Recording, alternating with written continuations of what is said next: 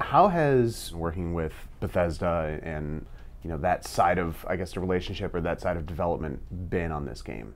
In the past, we felt like we've always had to sneak in the features that we like. Things like stealth, moral choices, some of the depth like we were discussing before. Very cohesive world details.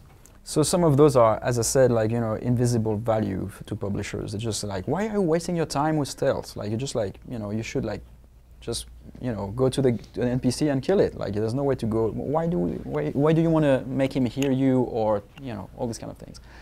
And for the first time then so we got trained to do that. We got trained to actually like sneak in the things we like and then arrive to products that were kind of, sometimes compromised. And sometimes fail to sneak in. And sometimes fail. Like. And for the first time then when Todd Vaughn, the person at Zenimax who came to see us, he actually wanted us to be more of what we are.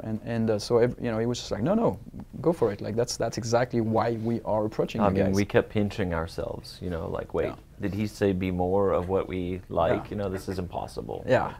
So it's just a very, very refreshing. Just as Raph was talking about one of their early games and the value of having a weak publisher at some level, it meant they could make the game they wanted. And the first Deus Ex game, we were pretty isolated. Warren's group down in Austin, we were far away from the mothership, and Eidos was in England, and we weren't owned. We were independent, and they wouldn't come to the studio that often. And we just kind of did what we wanted for a few years, and it was there's something about the hands-off approach, or letting people do what they're passionate about, that is very meaningful. And I have worked in other situations where we were very tightly controlled, and where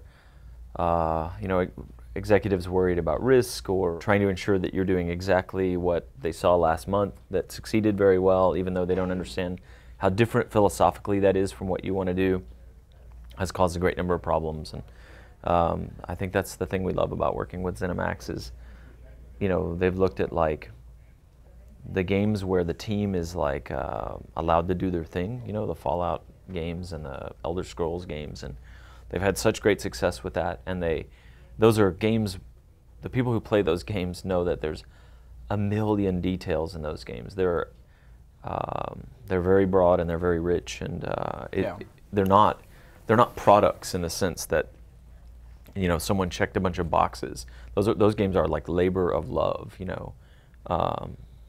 and so I think because they've had success in that way, they're a great fit for us. Yeah, well, they are the only, to be honest, like they are the only ones as a publisher that I can think of that truly understand those values, like for this kind of games. To be able to tell somebody, we want to do a first-person game, very immersive, but it's not a shooter really. With some RPG elements and some stealth. Yeah, and it has some RPG elements, but it's not really an RPG. And we really like stealth. We like analog AI. Yeah. We like very visceral player mobility, and because it's their culture, for decades that's what they've been doing. So they are the only one we believe can truly understand at every level, like from the management to everybody. Whereas like some other publishers have managed to do that occasionally, but it's it's not as of a slam dunk for them to think this way. Yeah, and when we say like, it'll take us 30 minutes to explain to you what we mean or why, but like, authoring the powers and the AI in such a way where this feels like a simulation is actually very important to us, and will make a huge difference in the way the game feels, and in how often the player can improvise something that we didn't plan overtly. They were, receptive to that, which normally, talk about something that will freak a publisher out, start talking about that.